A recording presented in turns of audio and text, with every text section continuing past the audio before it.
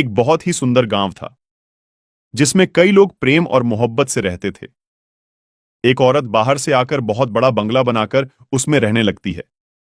वह औरत देखने में बहुत ही खूबसूरत थी, साथ ही दिल की भी बहुत अच्छी थी। वह गरीबों की भी मदद किया करती थी। उसका नाम सरिता था, लेकिन लोगों ने उसका नाम परी रख दिया था। पड़ोस ही में चमन नाम का एक आदमी रहता था जो बहुत ही गरीब था। उसके घर उसकी बेटी की शादी थी। चमन परी के घर जाता है। दरवाजे की कुंडी खिटखिटाता है। अरे चमन, सुबह सुबह क्या हुआ? अरे परी जी, क्या आप मेरी थोड़ी सी मदद कर सकते हैं? बताओ चमन जी, अगर मुझसे हो सकेगी तो जरूर मैं आपकी मदद करूंगी। परी जी, मेरी बेटी की शादी है। मेरी बेटी के लिए कपड़े और कुछ शादी की चीजें लाने की जरूरत है, लेकिन मेरे पास पैसे नहीं है। महेश पैसे तो दे रहा है, लेकिन बहुत ज्यादा ब्याज पर दे रहा है। इतना मैं कैसे वापस दे पाऊंगा? बस पैसों की जरूरत है, लो ले जाओ ये पैसे। और भी जरूरत पड़े तो फिर भी ले जाना, और जब आपके पास पैसे आ जाए तो मुझे वापस कर देना। चमन पैसे लेकर अपने घर चला जाता है। परी लोगों की मदद करने में पीछे नहीं हटती थी। लोगों की भरपूर मदद किया करती थी, लेकिन एक बात में वह मदद नहीं कर पा रही थी। उसी गांव में नदी के किनारे आए दिन लाश मिला करती थी। अरे ये हो क्या रहा है? हर 2 दिन पर हमें यहाँ से लाश मिलती है। हमें इसका जल्दी पता लगाना होगा। सारे लोग जमा होते हैं। थोड़ी देर बाद सारे लोग चले जाते हैं। फिर अगली रात एक आदमी सड़क से गुजरता है। भैया, अरे भैया मेरी तरफ देखो तो। डर क्यों रहे हो? मुझे तो आपकी मदद चाहिए। इधर तो आइए। नहीं, हम किसी की मदद नहीं करते हैं। मुझे घर जाने दीजिए। अरे मुझे घर जाने दीजिए। वो आदमी चलने लगता है। एक बार तो मेरी तरफ देखिए, शायद आपका इरादा बदल जाए। नहीं, हमको नहीं देखना। हमको माफ कीजिए, मुझे जाने दो। मैंने कहा ना मेरी तरफ देखिए, समझ नहीं आता? जैसे ही वो देखता है, वो मर जाता है। हाँ हाँ हाँ हाँ, कब की रट लगा रहा था। अब तो तेरी लाश घर जाएगी। अगर एक बार मेरी तारीफ कर लेता तो मैं जिंदा छोड़ देती। उसके बाद चुड़ैल उसको नदी के किनारे डाल देती है। अगले दिन सुबह सुबह रीना रोती हुई आती है। सारे लोग जमा हो जाते हैं। क्या हुआ रीना, क्यों रो रही हो? मेरे पति महेश रात को घर नहीं आए। चलो हम उस नदी के पास जाकर देखते हैं। सारे लोग नदी के पास जाते हैं। साथ में परी भी आती है। अरे महेश को किसने मारा? मुझे तो लगता है कोई हमारे गांव को नुकसान करने के लिए ये सब कर रहा है, ताकि लोग गांव छोड़कर चले जाएं। जल्दी उसका पता लगाना होगा। अरे अब मैं छोड़ूंगा नहीं। मैं पता लगा कर रहूंगा कि ये सारा कौन कर रहा है। अगले दिन राहुल गांव के रास्ते निकलता है। तभी आवाज आती है। एक बात सुनो। सुनो भैया, क्या आप मेरी मदद कर सकते हैं? कौन है तू? इससे क्या फर्क पड़ता है कौन हूं मैं? अच्छा, तुम ही हो जो लोगों को मार डालती हो।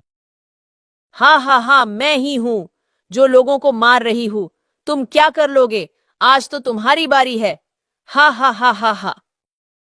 अरे नहीं, मुझे पता नहीं था कि तुम एक चुड़ैल हो। मुझे छोड़ दो।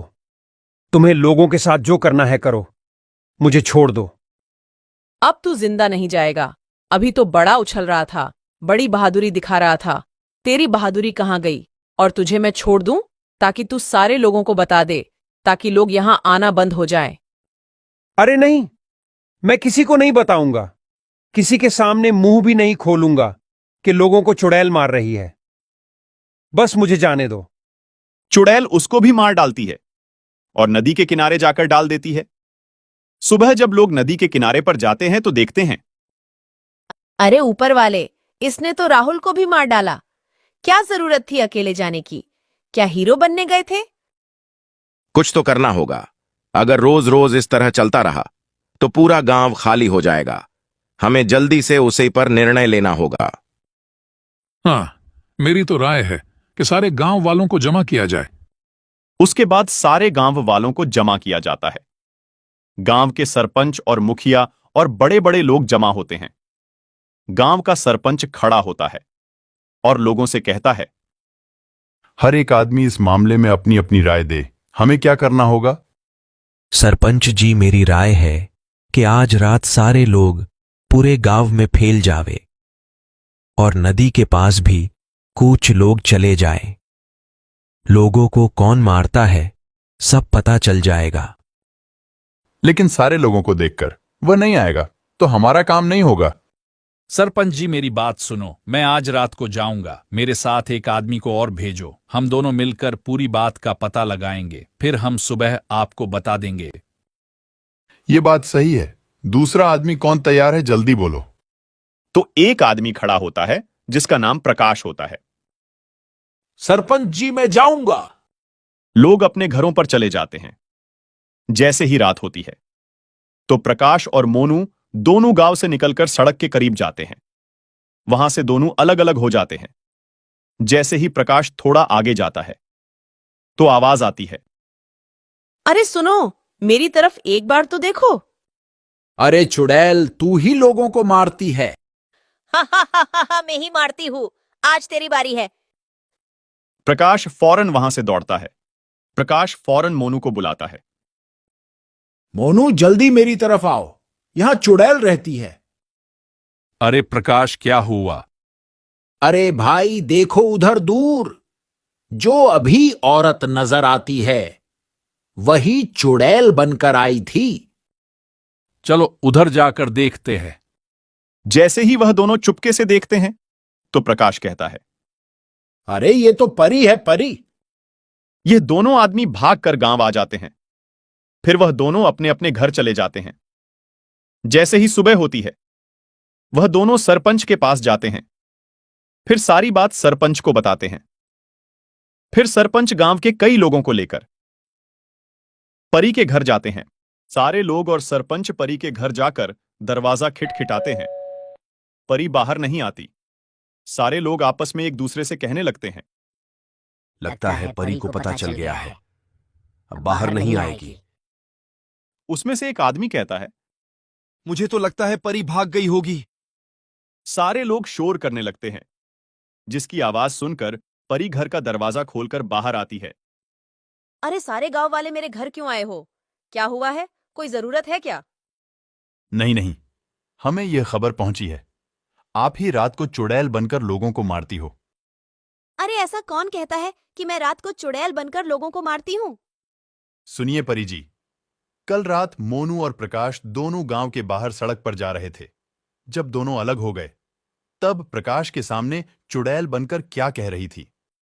हाँ हाँ, मैं ही चुड़ैल थी। क्या कर लोगे? अरे परी, आप ऐसा रात में क्यों करती हो? उसकी क्या वजह है? सरपंच जी, जरा सुनिए। जब मेरा पति चोरी करते हुए पकड़ा गया था, उसी वक्त गांव वालों ने मिलकर उसको मार दिया था।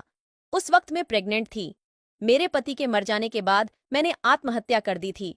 तब से मेरी आरती चुड़ैल बंद कर भटक रही है। मैं किसी को नहीं छोड़ूंगी। सारे गांव वालों से बदला लेकर रहूंगी। तभी परी चुड़ैल बन जाती है। तभी सरपंच के पास दो आदमी आकर कहते हैं, सरपंच, हम तांत्रिक को लेकर आते हैं, वो चुड़ैल को अपने कब्जे में कर देगा। वो दोनों तांत्रिक के पास जाते हैं और तांत्रिक को सारी बात बताते हैं। तांत्रिक उन दोनों के साथ आता है। तांत्रिक चुड़ैल से कहता है, गांव वालों को परेशान करना बंद कर दे। नहीं, मैं गांव वालों से बदला लेकर रहूंगी। तभी तांत्रिक चुड़ैल को आग लगा देता है। चुड़ैल जल जाती है। सारे गांव वालों को चुड़ैल से छुटकारा मिल जाता है। सारे गांव वाले तांत्रिक का शुक्रिया अदा करते हैं। गांव वाले तांत्रिक को बहुत सारी चीजें गिफ्ट करते हैं। तांत्रिक उन चीजों को लेकर चला जाता है। फिर गांव वाले खुशी खुशी रहने लगते हैं। सरपंच मोनू और प्रकाश को कुछ पैसे दे देता है। उनकी हिम्मत की वजह से पूरे गांव वालों को छुटकारा मिलता है। दोस्तों, इस कहानी से हमें यह सीख मिलती है, कभी भी किसी पर आंख बंद करके भरोसा नहीं करना चाहिए। हमारी